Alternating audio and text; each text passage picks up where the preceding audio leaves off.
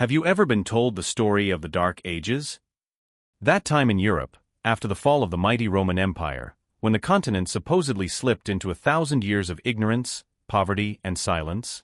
When nothing of great value was discovered, when art and science faded away, and when the people lived in shadows until the so-called Renaissance came to save them. That's the version of history most of us grew up hearing.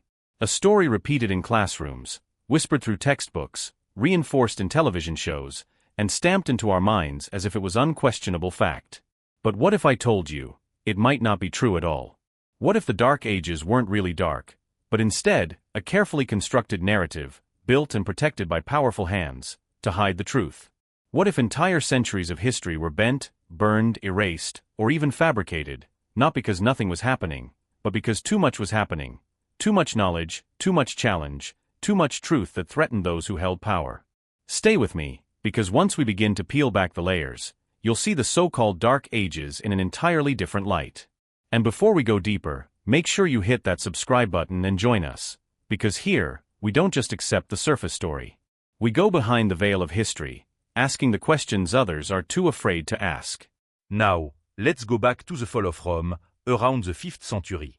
Rome collapses, the mighty empire that had ruled much of Europe shatters, and into the gap steps a new power, the Christian Church, centered in Rome itself.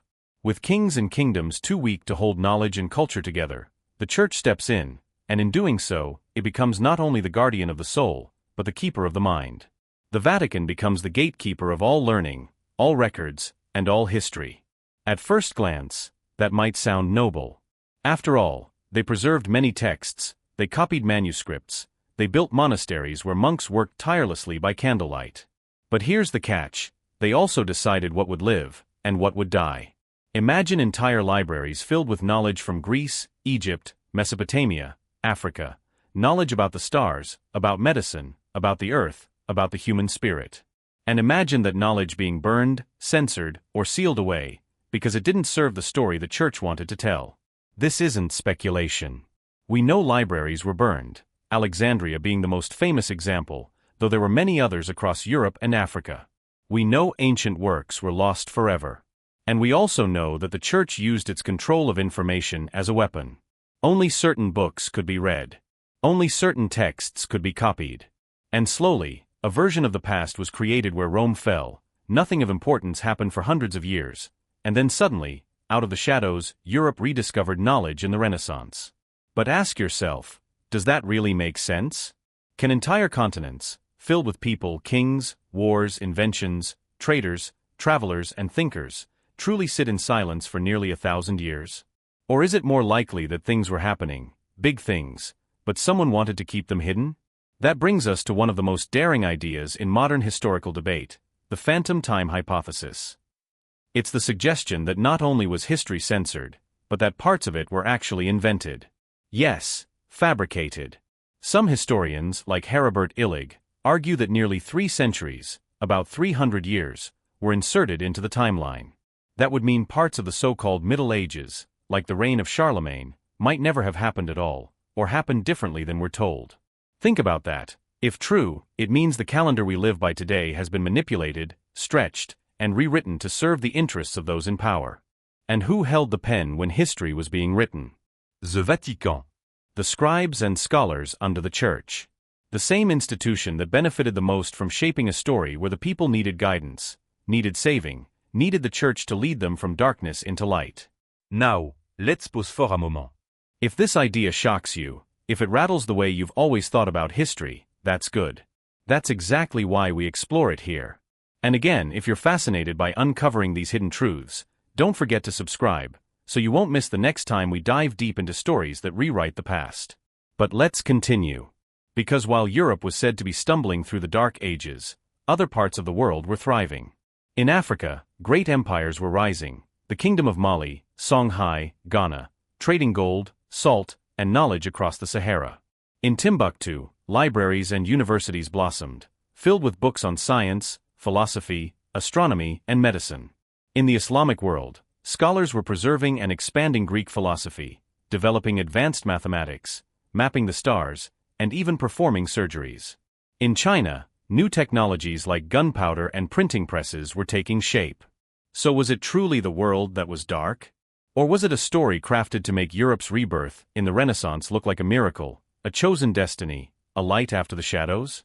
By painting the Middle Ages as a wasteland, the later powers of Europe could highlight their enlightenment as something unique, something divinely blessed. And by controlling this story, the Vatican, and later kings and empires, secured their authority. After all, if the people believe they had been rescued from ignorance, they will trust their rescuers all the more. But the truth has a way of seeping through the cracks. Secret societies began to form, groups like the Freemasons and others, who whispered of lost knowledge, who preserved fragments of truths passed down from older civilizations. Myths and legends of hidden treasures, of sacred texts, of forbidden knowledge, they weren't just stories. They may have been reflections of real struggles to keep wisdom alive when official powers were determined to erase it. And here's something to think about. When you look at medieval cathedrals in Europe, their designs are filled with advanced geometry, astronomy, and even hidden pagan symbols. How could a supposedly ignorant age, with no knowledge, create such structures?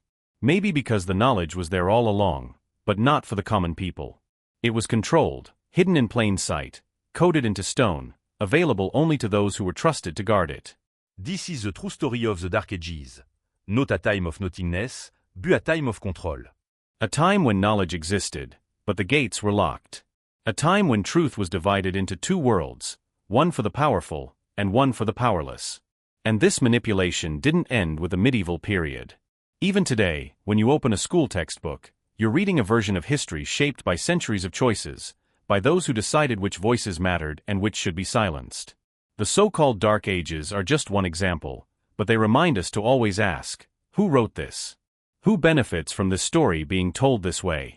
And what truths are still being hidden? If you've stayed with me this far, you can probably feel the weight of this realization.